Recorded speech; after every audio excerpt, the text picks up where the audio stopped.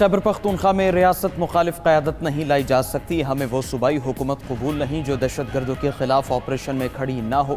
D G I S P R lieutenant general Ahmed Sharif Chaudhry نے واضح کر دیا، کہا ایک شخص خیبر پختونخوا میں دہشت گردی لایا، ریاست اور عوام کو ایسے شخص پر نہیں چھوڑ سکتے۔ دہشت گردی کے پیچھے سیاسی اور مجرمانہ گٹھ جوڑ ہے، مجرمانہ مقامی سیاسی پشت پناہی کا خیبر پختونخوا کے عوام خمیازہ بھگت رہے ہیں۔ کوئی شخص ریاست سے اوپر نہیں ہو سکتا، کوئی ایسا سمجھتا ہے تو ہمیں قبول نہیں۔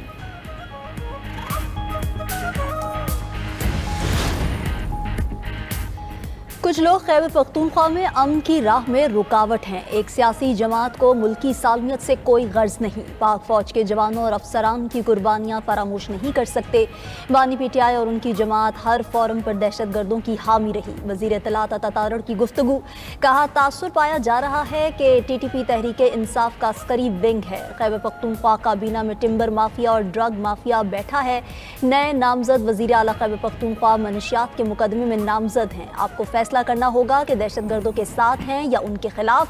جیل میں بیٹھے شخص کی خواہش ہے کہ لاشوں پر سیاست چمکائی جائے۔ وزیر اطلاعات عطا تارڑ سے امریکی ناظم الامور کی ملاقات، دو طرفہ تعلقات، ڈیجیٹل میڈیا شراکت داری سمیت مختلف امور پر تبادلہ خیال۔ وزیر اطلاعات نے کہا کہ دہشت گردی کے خلاف قربانیاں پوری دنیا کے امن کے لیے ہیں۔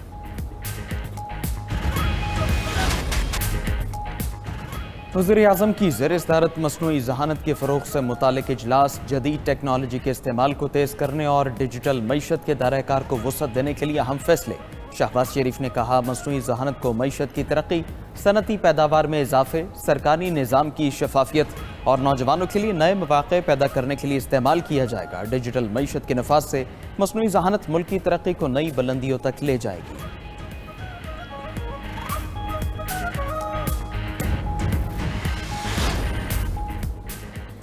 پاکستان اور آئی ایم ایف کے درمیان سٹاف لیول معاہدہ تاخیر کا شکار، اختلافی نکات سامنے آ گئے۔ گندم پروکیورمنٹ پالیسی، زرعی آمدن پر ٹیکس، گریڈ 17 تا 22 افسران کے اثاثوں کی ڈکلیریشن اور corruption and governance diagnostic report کی اشاعت سب سے بڑی رکاوٹ قرار۔ صوبوں نے زرعی آمدن پر فوری ٹیکس نافذ کرنے سے معذرت کر لی۔ پاکستان کی جانب سے بعض شرائط میں نرمی کی درخواست۔ ادھر وزیر خزانہ Muhammad Aurangzeb I am F اور ورلڈ بینک کے سالانہ اجلاسوں میں شرکت کے لیے امریکہ روانہ۔ وزیر خزانہ کی عالمی بینک کے صدر اجے بنگا، آئی ایم ایف کی سربراہ کرسٹینا جارجیوا اور دیگر ممالک کے وزرائے خزانہ سے ملاقاتیں شیڈول۔ چین، برطانیہ، سعودی عرب، ترکیہ اور آذربائیجان کے وزرائے خزانہ سے بھی دو طرفہ ملاقاتیں ہوں گی۔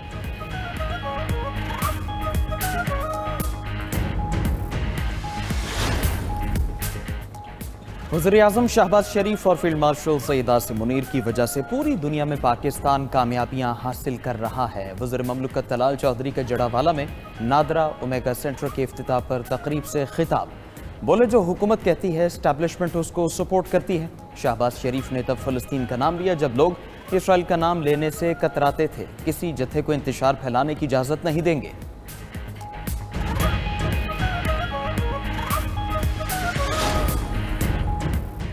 اسلام آباد اور راولپنڈی میں دوسرے روز بھی راستے بند، تجارتی سرگرمیاں معطل، معمولات زندگی بری طرح متاثر۔ راولپنڈی ایکسپریس وے، فیض آباد اور آئی جی پی روڈ مکمل طور پر بند۔ راولپنڈی اور اسلام آباد کو ملانے والا فیض آباد انٹرچینج بھی سیل۔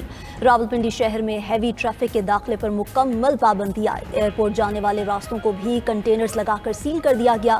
جڑواں شہروں میں انٹرنیٹ سروس دوسرے روز بھی معطل، راستوں کی بندش کے باعث تعلیمی ادارے بھی بند۔ میٹرو بس سروس بھی معطل۔ ادھر لاہور میں orange line metro train, metro bus اور سپیڈو بس سروس بھی بند ہے۔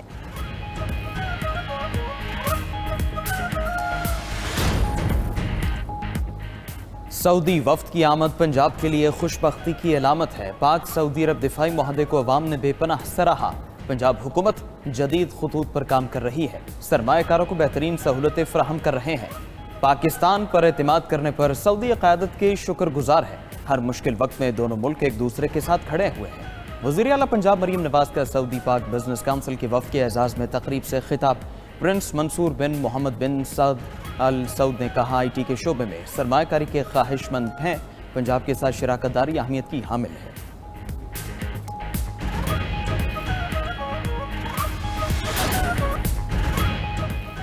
غزہ میں جنگ بندی کے بعد زندگی کی بحال کی کوششیں شروع، بے گھر فلسطینی ملبوں میں تبدیل اپنے گھروں کی جانب لوٹنے لگے۔ ہزاروں افراد ساحلی شاہراہ کے راستے شمالی غزہ اور غزہ سٹی کی طرف پیدل رواں دواں ہے۔ غزہ میں فلسطینیوں کی امداد کے لیے 24 گھنٹے میں 5000 آپریشنز، 1200 زخمیوں اور بیمار افراد کا علاج کیا گیا۔ 650 سے زائد بچوں اور کمزور افراد کو نفسیاتی معاونت فراہم کی گئی۔ اسرائیلی افواج نے غزہ سے انخلاء کا پہلا مرحلہ مکمل کر لیا۔ تمام فورسز مرکزی حصے سے پیچھے ہٹ کر جنوبی غزہ میں تعینات۔ حماس 48 گھنٹے کے اندر یرغمالیوں کی رہائی یقینی بنائے گی۔ غزہ میں مشترکہ ٹاسک فورس کے تحت 200 اہلکار تعینات ہوں گے۔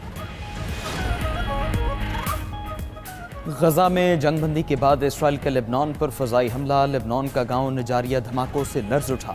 اسرائیل نے بیک وقت کئی مقامات پر بمباری کی۔ حکام کے مطابق اسرائیل نے بلڈوزر اور کھدائی کرنے والی مشینز کی نمائش کو نشانہ بنایا۔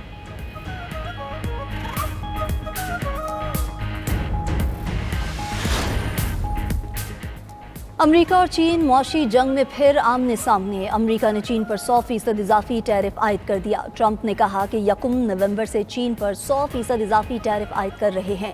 جوابی اقدامات کے طور پر اہم سافٹ ویئرز پر بھی پابندی لگائیں گے۔ چینی صدر شی جن پنگ سے ملاقات منسوخ نہیں کی۔ امریکہ میں ادویات کی قیمتوں میں 100% سے بھی زائد کمی کا اعلان۔ ٹرمپ نے غزہ امن معاہدہ عربوں اور اسرائیل سب کے لیے شاندار قرار دیا۔ کہا یرغمالی پیر کو واپس آ رہے ہیں، یقین ہے غزہ جنگ بندی برقرار رہے گی۔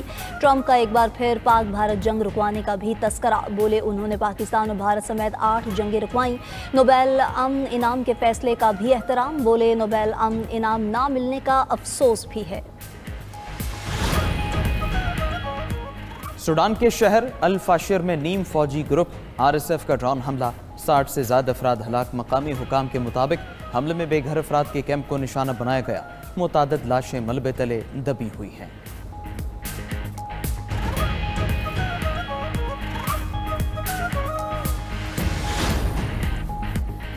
میکسیکو کی مشرقی ریاست ویرا کروز میں طوفانی بارشوں سے تباہی۔ کازونز دریا میں اچانک طغیانی سے 35%۔ پوزاریکا شہر پانی میں ڈوب گیا۔ چند منٹوں میں پانی کی سطح 1.5 میٹر تک بلند۔ درجنوں گاڑیاں پانی میں بہہ گئیں۔ شہری گھروں تک محصور۔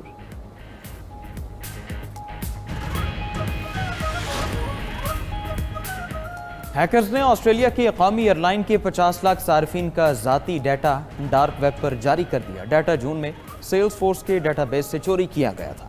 ڈیٹا میں ای میل ایڈریسز، فون نمبرز، تاریخ پیدائش اور فریکوینٹ فلائر نمبرز شامل ہیں۔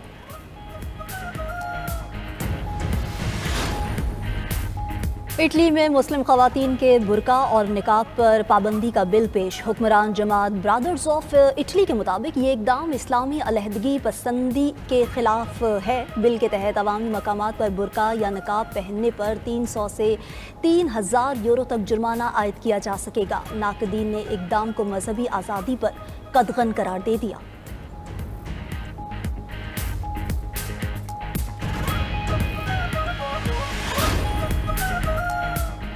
چین کا گریوٹی 1 راکٹ کا کامیاب سمندری تجربہ۔